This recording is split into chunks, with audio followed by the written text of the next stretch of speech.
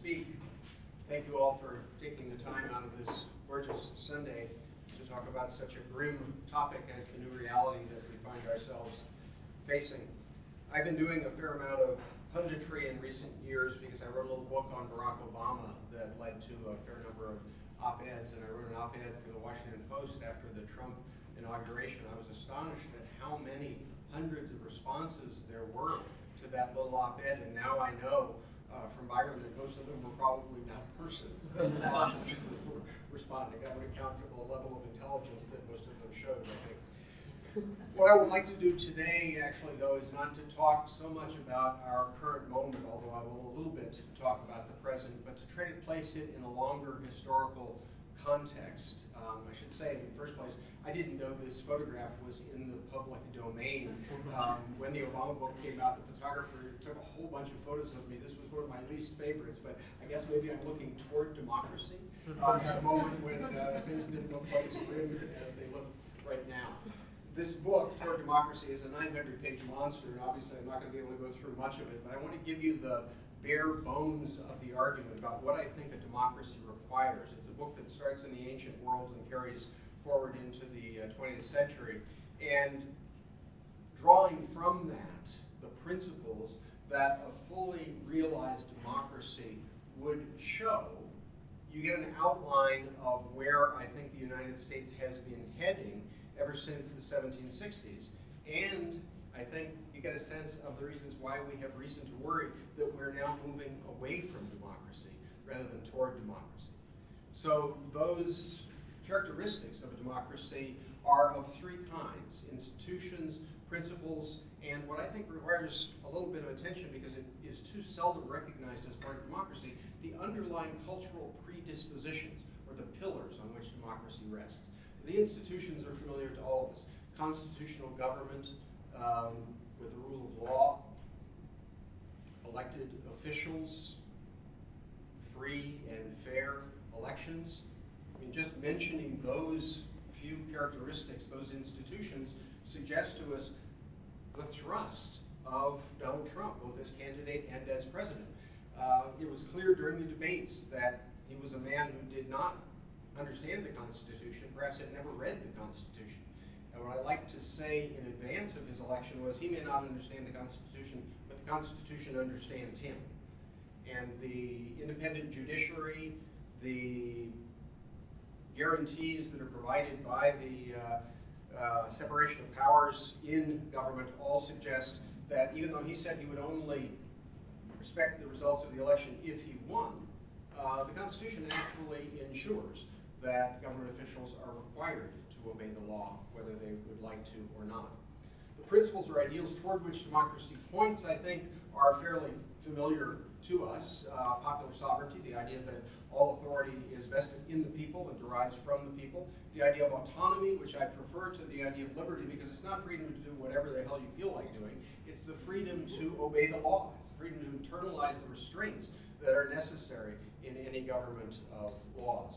And finally, equality. The United States has traveled a very long road from a world of white male supremacy to a more inclusive ideal.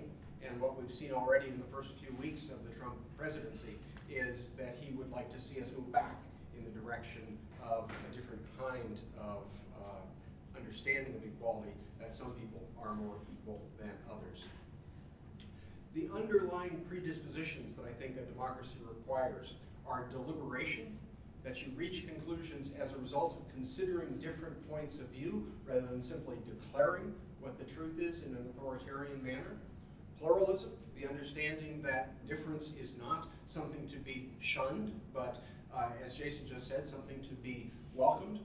And finally, what I call the ethic of reciprocity, which is not only the willingness to accept the consequences of an election, even if your worst enemy is elected, but it's a willingness to see things from the other person's point of view and to understand that a democracy only functions if people who disagree with each other are able to come together and find a shared resolution of their problems. Part of what is fascinating and troubling about the election of Donald Trump to the presidency is the extent to which he is practically the polar opposite of Barack Obama. And part of what was fascinating to me, and the reason I wrote the little book called Reading Obama, was that he struck me as the first president elected to the United States who was actually a product of a revolution in American history from World War II until his election. Not only was he the product of an African father and a white US-born mother who grew up in Indonesia and Hawaii, who went to college in California and New York, then law school here, and became a senator from Illinois. Not only did he embody all those different cultures, he was also educated at a time and in a place where he was exposed to revolutionary new ideas about how we know. This was a period when the American Academy, as all of you know, was moving away from a confidence that there is a foundational, unchanging, universal truth that lies beneath human knowledge, and moving instead to the realization that all truths are partial, they're all perspectival, they're all historical, and they're all particular to cultures. He's the son of a social anthropologist, so the ideas of a cultural anthropologist like Clifford Geertz are second nature to Barack Obama. He's from two very different families. He's lived in very different parts of the world, so the notion of human difference, differences of religion, differences of culture, are differences he simply took for granted growing up. He also is educated here at the Harvard Law School at a time when the law school is riven by conflicts of all sorts: critical race theory, feminist jurisprudence, law and economics, critical legal studies. The notion that there is an unchanging meaning to the United States Constitution is an idea that is foreign to everyone Obama encounters at the Harvard Law School, and it's foreign to his way of thinking about the law. He describes the law as a nation arguing with its conscience, which I think is a wonderful phrase, and it suggests his understanding that our interpretations of the United States Constitution have changed over time as our nation has changed over time. But for all those reasons, Obama was a terrible threat to Americans who believe that there are unchanging principles, that America is a nation of white, Christian, Protestants who do what the males in the family say they should do. So he embodied precisely the challenges that so many Americans found threatening, and the fact that our current president entered political life with the birther controversy, conjuring up a controversy where none existed by challenging the legitimacy of this very strange and foreign figure to be not just the United States president, but even a United States citizen. Part of what fascinated me about Obama is not only his first book, which is a wonderful memoir, and if any of you have not read it, I recommend it to you with enthusiasm, but his second book, The Audacity of Hope, which includes a kind of history of the United States as Obama understands it. And although he realized that there were certain moments when compromise was not possible, the end of slavery is perhaps the classic example of that, most of the time, America has made progress by finding ways to bring together people who thought they had nothing in common. So he first enters the national stage at the Democratic National Convention in 2004 with that memorable speech in which he says there is no red America and blue America, there's a United States of America. And his entire presidency was premised on the possibility that these very great divides could be bridged and that Americans could be brought together. Little did he know that he would be elected at a time when the Republican Congress declared that they would do no business with him and that they would find no compromises viable if they were proposed by him and his party. But what I'd like to do for the rest of the time today is try to set this moment, Obama's moment and Trump's moment, in a longer historical framework by talking about 4 moments in American history from the 1760s up to our own day. Because I think they suggest that there has been a kind of dynamic movement back and forth between moments when compromise seemed possible and moments when it vanished. So the first of these moments would be from the 1760s roughly to the 1830s. This is the period of the founding when ideas from religion, from ethics, from political theory come together, when you have civic republican ideas of the common good, you have notions of personal responsibility, and you have notions of rights that Jason mentioned, all coming together in these founding documents. This is a moment that endures to the 1830s, and it's captured perhaps in its classic form in Alexis de Tocqueville's Democracy in America. And he argues that what's distinctive about American democracy is that individuals learn what he calls l'intérêt bien entendu, self-interest properly understood, by which he meant that your own interest is not necessarily just your personal interest. Your interest is caught up with the interest of your culture. And so people learn that, he argued, by participating in barn raisings, by participating in town meetings, by being on juries, where in a jury you have to figure out what everybody else thinks and come to a shared understanding. That sensibility, Tocqueville argued, was what was distinctive about American democracy and what made it work. Anybody here heard Hamilton or seen Hamilton? Okay.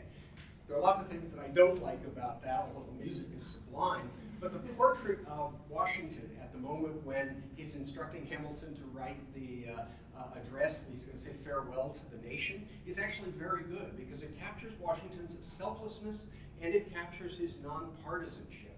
That was part of what all the people in that generation prized. They thought partisanship was poison for a democracy. People had to see themselves as part of a shared project. And it also captures Washington's sense that the important thing for the United States to do globally was to maintain its neutrality, to remain open to other forces in the world. And that's not a position that endured through the 19th century. The second moment I want to talk about comes into prominence with the election of Andrew Jackson to the presidency. Jackson is an Indian-fighting, slave-owning misogynist who, not surprisingly, has been taken as a model by our current president, who has placed a statue of Andrew Jackson and a portrait of Andrew Jackson in the Oval Office to remind himself how being a man of the people can elevate him to a kind of heroism.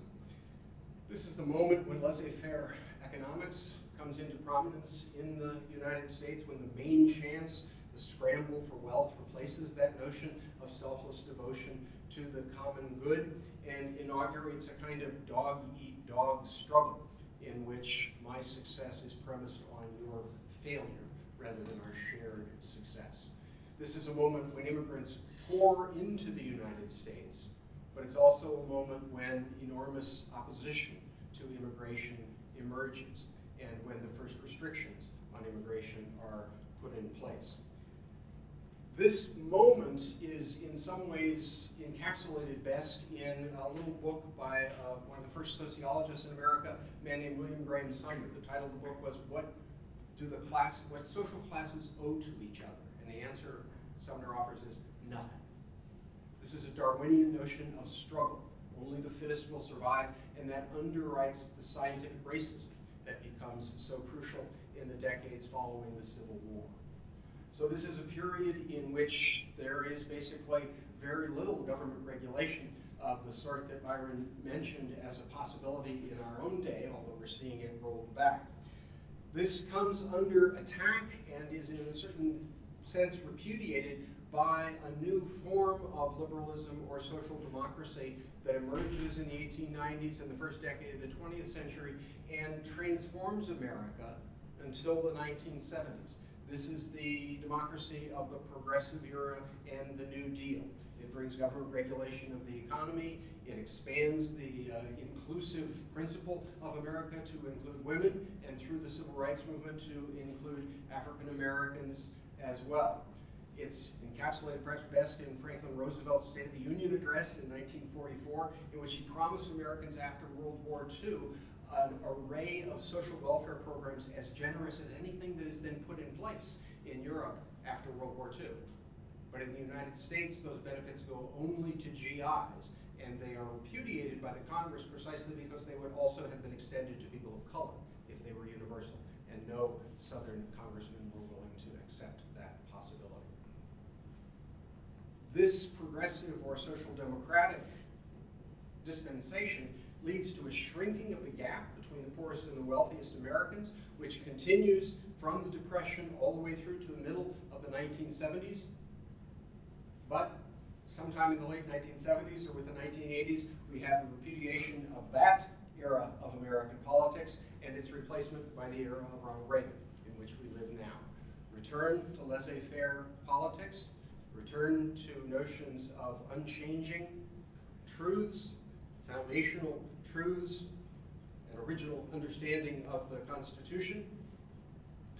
And since the emergence of this sensibility, there's been a bifurcation in American politics. On the one hand, we had a return to laissez-faire and a celebration of free market capitalism. Reagan famously said that government is not the solution, government is the problem. The solution, as far as he was concerned, and the people who followed him, was the free market. And so the celebration of individual initiative and the denigration of the possibility that government can be a force for good. The end of the Soviet Union and the end of the Cold War brought an orgy of self-congratulation in the United States over the glories of untrammeled capitalism and a celebration of what we now know as globalism. Now, some people have done very well as a result of that globalism, but most Americans, for the first time in United States history, have seen their income stagnate. There's been almost no change in the real income of most Americans since the mid-1970s. The exception are those 10% at the top whose salaries and incomes have skyrocketed. So on the one hand, we have the celebration of laissez-faire, the celebration of free market capitalism. On the other hand, we have the rights revolution coming out of the 1960s. Affirmative action for underrepresented minorities, reproductive rights for women, the notion that America should be an inclusive, welcoming community with a multitude of cultures represented in it. The LGBTQ revolution is a revolution that, along with affirmative action and reproductive rights, is a kind of symbol to American conservatives of what has gone wrong in the United States since the 1960s. And so what the election of Donald Trump represents, I think, is a kind of recognition of this bifurcation in the politics between, on the one hand, what's called neoliberalism, the return to laissez-faire, on the other hand, the rights revolution of the left. And what both of those accomplish is to feed the resentment of white, middle, and lower middle class Americans who feel that both the return to globalist neoliberalism on the one hand and the rights revolution on the other have robbed them of their nation. Now, this is a long-standing cultural complaint, the roots of which go all the way back to the 19th century and the first mass immigration of people unlike these white Protestant Christian Americans. But what's added to it is the economic grievances that have come from the genuine transformation of the economy, such that some people have been doing tremendously well, whereas they have been doing not much better at all. So that combination of economic grievances and cultural resentments has fed a kind of souring or poisoning of the American political system and has ended us in the position where we find ourselves now, where many of us consider as utterly unqualified as practically anyone in the United States could be chosen as president of the nation. I think I'll leave it at that point and open the floor for questions.